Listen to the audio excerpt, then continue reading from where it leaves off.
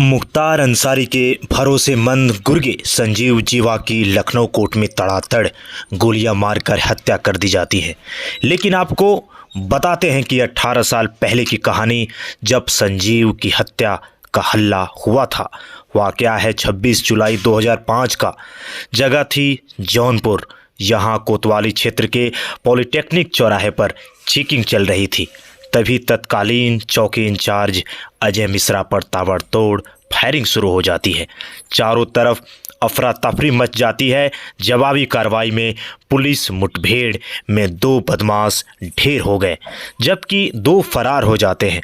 मारे गए बदमाशों में एक की शिनाख्यात विजय बहादुर सिंह के रूप में हुई और दूसरी की पहचान होती है संजीव जीवा के रूप में। यह बात अलग है कि मुठभेड़ के 2 दिन के भीतर यह चर्चाएं तेज हो जाती हैं।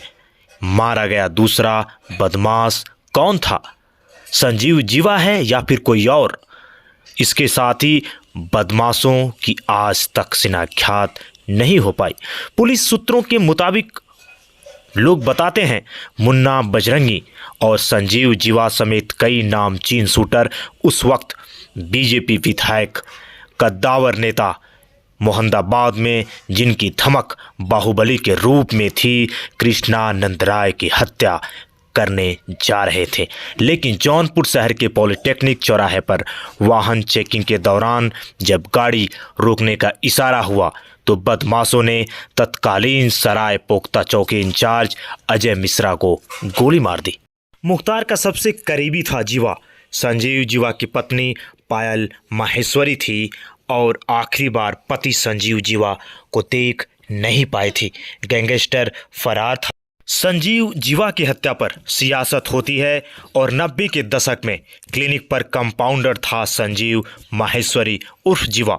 इसके बाद हुई मुठभेड़ में 2 बदमाश मारे गए, जबकि मुन्ना बजरंगी और संजीव जीवा मुठभेड़ के दौरान गाड़ी से उतरकर भाग जाते हैं। सूचना जब मिलती है तत्कालीन पुलिस अधीक्षक अभय प्रसाद को, तो वह अपने अधीनस्थ अधिकारियों और पुलिस थानों को तत्काल पीछा करने के लिए कहते हैं।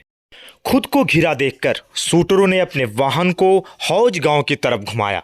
बरसात का मौसम था और अपराधियों की गाड़ी गड्ढे में फंस जाती है। इस बीच कई गांव के लोग पहुंचते हैं। अपने आप को असुरक्षित देखते हुए दोनों शूटरों ने 10 साल की बच्ची को अपने कब्जे में लेकर खुद को एक कमरे में बंद कर लिया। जब तक गांव के लोग कुछ समझ पाते तब तक पुलिस घटनास्थल पर पहुंच गई। बदमाशों के माथे पर लगी थी गोली। पुलिस ने बदमाशों से सरेंडर करने की बात कही, लेकिन वह नहीं माने। इसी दौरान दोनों अपराधी मोबाइल फ़ोन से किसी से बात करने लगे। चर्चा थी कि दोनों अपराधी अपने आका से बात कर रहे थे। थोड़ी देर बाद ही कमरों में गोली चलने की आवाज़ आई। कमरे की छत को तोड़कर देखा तो दोनों अपराधी गंभीर रूप से घायल होकर जमीन पर गिर पड़े। दोनों के माथे पर गोली लगी हुई थी। आका के आदेश पर एक दूसरे पर चलाई बंदूक कहाँ तो ये जा रहा था। दोनों बदमाशों ने अपने जिस आका से बात की थी उसने उन्हें सिम कार्ड चबा जाने और दूसरों को गोली मार देने का आदेश मोबाइल पर दिया था। बाद में उन्हें अस्पताल ले जाया गया, जहां दोनों ही डॉक्टरों ने उसे मृत घोषित किया। बदमाशों के पोस्टमार्टम के दौरान सिम कार्ड उनकी सांस नली में पाया जाता है, जिसके आधार पर पुलिस कॉल डिटेल्स निकालकर मामले की तह तक पहुंचने की कोशिश करती है। मारे गए दोनों बदमाशों में एक की शिनाख्यात विजय बहादुर सिंह के रूप में होती है, जबकि दूसरे बदमाश की पहचान मुख्तार अंसारी के खास शूटर संजीव जीवा के रूप में। लेकिन 2 ही दिन बाद संजीव जीवा की बातें होती हैं। जिंदा होने की बात कही जाने लगी। संजीव जीवा अपराध जगत का एक ऐसा नाम था, लेकिन हुआ क्या? लखनऊ कोर्ट के रूम में कुख्यात जीवा की हत्या माफिया मुख्तार अंसारी का करीबी था। वकील की भेष में आए थे हमलावर। एक बच्ची और एक कांस्टेबल भी घायल हुआ। माफिया मुख्तार अंसारी के करीबी वेस्ट यूपी के कुख्यात संजीव माहेश्वरी उर्फ जीवा की लखनऊ के कोर्ट में जब हत्या होती है, हमलावर वकील की भेष में होता है। दोपहर के करीब 3:50 इसी दौरान लखनऊ का SC/ST एक्ट के विशेष न्यायाधीश की अदालत के बाहर हमलावर ने जीवा पर ताबड़तोड़ गोलियां बरसा दी। जीवा कोर्ट के गेट पर ही गिर पड़ा। हमलावर की फायरिंग में जीवा के अलावा बच्ची लक्ष्मी और कांस्टेबल लाल मोहम्मद भी जख्मी हुए। तीनों को बलरामपुर अस्पताल ले जाया गया, जहां डॉक्टरों ने जीवा की मृत घोषित कर दिया। उसे 6 गोलियां मारी गई थीं। वहीं बच्ची की हालत गंभीर थी, उसे ट्रामा सेंटर रेफर कर दिया। हमलावर पकड़ा गया। उसकी पहचान विजय यादव के रूप में की गई। वह जौनपुर के केराकत का रहने वाला था। मूल रूप से मुजफ्फरनगर के शाहपुर के आदमपुर गांव के रहने वाले जीवा का नाम बीजेपी सरकार में ऊर्जा मंत्री रहे ब्रह्मदत्त त्रिवेदी की हत्या के बाद चर्चा में आया था। 10 जनवरी 1997 में फर्रुखाबाद में सिटी कोतवाली क्षेत्र में तिलक समारोह के दौरान ब्रह्मदत्त त्रिवेदी की हत्या कर दी जाती है।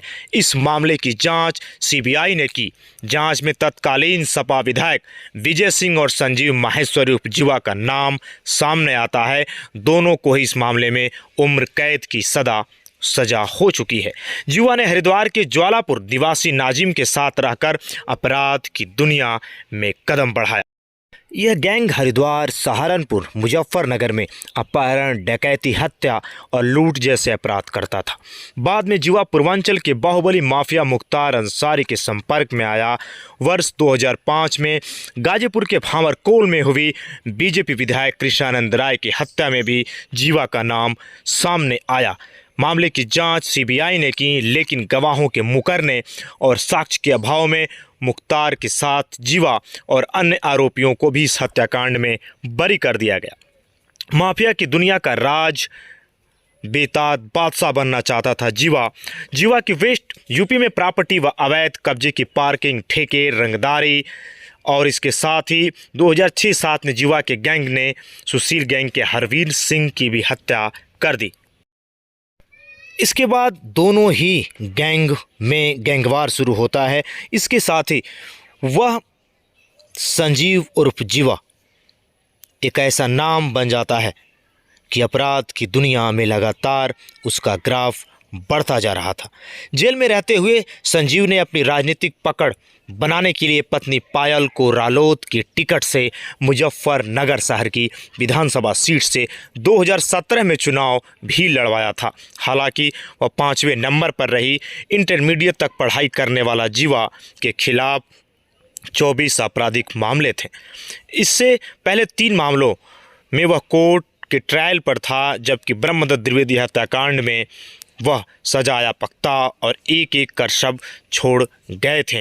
मुख्तार अंसारी का करीबी जीवा की लखनऊ कोर्ट में हत्या कर दी जाती है और लगातार अतीक के बाद, अशरफ के बाद जीवा की भी हुई कोर्ट में हत्या। वकील के फेस में आए थे हमलावर।